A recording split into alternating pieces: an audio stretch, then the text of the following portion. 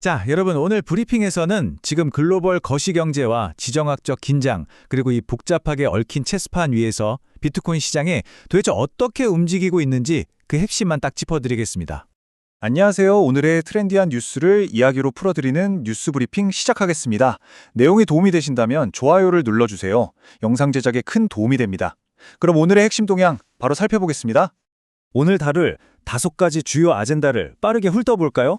비트코인 시장의 하방 압력, 거시경제와 지정학적 변수들, 이란의 흥미로운 비트코인 보험 전략, 미국의 비트코인 준비금 법제화 동향, 그리고 마지막으로 고래들의 움직임까지 순서대로 살펴보겠습니다. 첫 번째 아젠다, 비트코인 시장의 현물 가격 하락과 청산 상황입니다. 최근 비트코인이 76,500달러 선까지 쑥 빠졌죠. 5월 초 이후 최저치입니다. 이게 왜 중요하냐면요. 그동안 시장에 든든한 지지선 역할을 해주던 21주 추세선, 즉 78,660달러 아래로 밀려났다는 걸 의미하거든요. 단기적으로 시장이 꽤 큰 타격을 입은 건 부인할 수 없는 사실입니다. 내부 상황을 들여다보면 그야말로 난타전입니다. 이번 하락의 여파로 단기간에 무려 6억 7천만 달러 규모의 롱 포지션, 그러니까 상승 베팅 물량이 강제로 싹 날아갔어요. 그런데 여기서 재미있는 포인트가 하나 있습니다. 일부 분석가들은 이걸 전형적인 베어 트랩, 즉 하락 속임수일 가능성으로 보고 있거든요. 미결제 약정은 늘어나는데 펀딩비가 마이너스로 꽂히고 있다? 이건 약세론자들이 하락을 확신하면서 숏 베팅을 2배로 늘리고 있다는 뜻입니다. 아시다시피 이런 과도한 숏 쏠림은 종종 강력한 급반등을 만들어내는 훌륭한 연료가 되기도 하잖아요? 그럼 넘어가서 두 번째, 이런 변동성을 만들어내는 진짜 힘이죠. 거시경제 압박과 지정학적 요인들을 보겠습니다. 지금 시장은 완전히 팽팽한 줄다리기 상태입니다. 하방 압력 쪽을 보면 미국 30년물 국채금리가 무려 5%를 뚫고 올라갔고 WTI 원유 가격도 104달러 선에 근접하면서 인플레이션 공포를 팍팍 자극하고 있죠. 반대로 상승을 기대하는 쪽에서는 곧 발표될 제조 PMI 데이터가 수축 국면을 끝낼 거라는 희망, 그리고 무엇보다 시장의 구원투수격인 엔비디아의 실적 발표를 애타게 기다리고 있습니다. 매크로 환경이 매섭게 짓누르는 가운데 이 상승 촉매제들이 과연 힘을 쓸 수 있을지가 관건입니다. 설상가상으로 지정학적 긴장감도 최고조에 달하고 있습니다. 도널드 트럼프 전 대통령이 소셜미디어를 통해 이란을 향해 시간이 흐르고 있다며 상당히 수위 높은 경고를 남겼죠. 심지어 미국 내에서 이란에 대한 군사적 옵션을 논의하기 위한 안보 회의까지 소집되었다는 보도들이 나오고 있습니다. 어느 쪽의 정치적 입장을 떠나서 이런 텐션 자체가 국제유가를 밀어올리고 위험자산 시장 전반에 엄청난 스트레스를 가하고 있는 건 확실합니다. 이런 복합적인 위기 상황이다 보니 올해 안에 미국 연준이 금리를 내릴 거라는 기대감은 단 2%로 사실상 제로에 가깝게 곤두박질 쳤습니다. 채권 시장이 요동치고 인플레이션이 다시 4%대에 육박하면서 시장이 그토록 바랐던 금리 인하 시나리오는 완전히 증발해버린 셈입니다. 세 번째 주제입니다. 이런 지정학적 혼란 속에서 이란이 꺼내든 아주 실용적인 카드, 바로 비트코인 보험 전략입니다. 최근 이란 경제재정부가 호르무즈 세이프라는 놀라운 시스템을 발표했습니다. 이게 뭐냐면 호르무즈 해협을 지나는 상업용 선박들의 통행을 관리하고 해운 보험을 제공하는 서비스인데요. 가장 핵심적인 건 바로 그 결제와 증명 수단으로 비트코인을 채택했다는 점입니다. 국가주도 사업에 갑자기 웬 비트코인이냐고요? 배경이 있습니다. 최근 테더사와 미국 사법당국의 공조로 이란 중앙은행과 연결된 3억 4,400만 달러어치의 테더 자산이 하루아침에 동결돼 버렸거든요. 미국의 통제망에 있는 달러 연동 스테이블 코인은 언제든 돈줄이 막힐 수 있다는 걸 뼈저리게 느낀 겁니다. 그래서 그 누구도 마음대로 얼리거나 통제할 수 없는 진정한 분산 자산이 필요했던 거죠. 이게 왜 지정학적으로 거대한 파장을 몰고 올 수 있냐면요. 호르무즈 해협은 전 세계 석유 물동량의 20%가 지나가는 글로벌 대동맥입니다.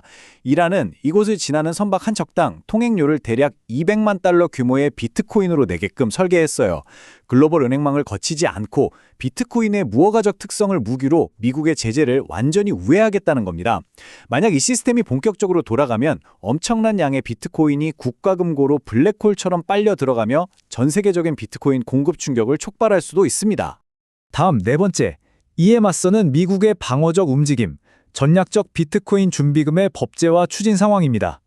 백악관 암호화폐 정책팀의 해리 정과 패트릭 위트는 현재 미국만의 비트코인 준비금을 세우기 위해 크게 3단계를 밟고 있습니다. 우선 행정명령을 통해 실무부처 간 프로세스를 가동했고요. 전통은행들이 안전하게 디지털 자산을 다룰 수 있게 해주는 CLITY 법안을 90% 가까이 완성해둔 상태입니다. 그리고 궁극적으로는 이 모든 걸 상원 비트코인 법안이나 하원의 ARMA처럼 확실한 법제화로 못 박으려 하고 있죠. 그럼 왜 굳이 복잡하게 의회를 거치는 까다로운 법제화를 고집할까요? 패트릭 위트의 설명에 따르면 이유는 간단합니다. 단순한 행정명령은 정권이 바뀌면 종이 쪼가리가 되기 쉽거든요. 실제로 트럼프와 바이든 행정부도 서로의 행정명령을 밥 먹듯이 뒤집어 왔잖아요. 비트코인을 영구적인 국가 전략 자산으로 묶어두고 월스트리트 은행들이 안심하고 진입하게 만들려면 절대 쉽게 바뀌지 않는 의회를 통과한 단단한 법이라는 울타리가 필수적이라는 겁니다. 마지막 5번째, 이런 거대한 글로벌 체스 게임 속에서 시장 참여자들은 어떻게 움직이고 있을까요? 엇갈리는 고래들의 온체인 데이터를 보겠습니다. 지금 투자자들의 행동 패턴은 정말 극과 극으로 나뉩니다. 비트코인을 1만 개 이상 쥐고 있는 이른바 메가 고래들은 연준의 고금리 신호나 매크로 공포를 콧방귀 끼듯 무시하고 있어요. 오히려 지금이 바닥이라며 묵묵히 물량을 쓸어담고 있죠. 하지만 6개월에서 12개월 정도 비트코인을 들고 있던 장기 보유자들은 다릅니다. 이들은 지금 공포를 견디지 못하고 막대한 손실에 확정지으면서 대규모 항복, 말 그대로 패닉셀링을 던지고 있습니다. 수치로 보면 훨씬 충격적입니다. 최근 거래소로 쏟아져 들어오는 비트코인 매도 물량의 무려 10.54%가 바로 이 공포에 질린 6개월에서 12개월 보유자들의 지갑에서 나왔어요. 이게 평소보다 10배 이상 높은 비정상적인 수치거든요. 즉, 지금의 가격 하락이 파생상품의 청산과 더불어 이 중장기 투자자들의 항복 물량이 한꺼번에 쏟아져 나온 내부 구조의 문제라는 걸 아주 명확히 보여주는 거죠. 자, 오늘 해설을 통해 우리는 거대한 두 흐름이 충돌하고 있다는 걸 확인했습니다. 하나는 채권 시장의 붕괴와 투자자들의 패닉셀이 만들어낸 단기적인 매크로 공포, 그리고 다른 하나는 이란의 제재 우회와 미국의 법제화 추진으로 대변되는 국가 단위의 장기적인 비트코인 채택 전략이죠. 여기서 여러분께 꼭 던지고 싶은 질문이 있습니다. 과연 전 세계 국가와 거대 기관들이 주도하는 이 거대한 채택 게임 이론이 당장 시장을 짓누르고 있는 거시경제의 공포를 이겨낼 수 있을까요? 이 흐름을 어떻게 해석하느냐가 앞으로 시장을 바라보는 여러분의 가장 중요한 관전 포인트가 될 것입니다. 오늘 제가 준비한 브리핑은 여기까지입니다. 이 복잡한 시장을 이해하는데 유익한 시간이 되셨기를 바랍니다. 내용이 도움이 되셨다면 구독과 좋아요 잊지 말고 꼭 눌러주세요. 영상 제작에 정말 큰 도움이 됩니다. 저는 다음 시간에 더 깊이 있고 흥미로운 분석으로 돌아오겠습니다. 끝까지 함께해 주셔서 감사합니다.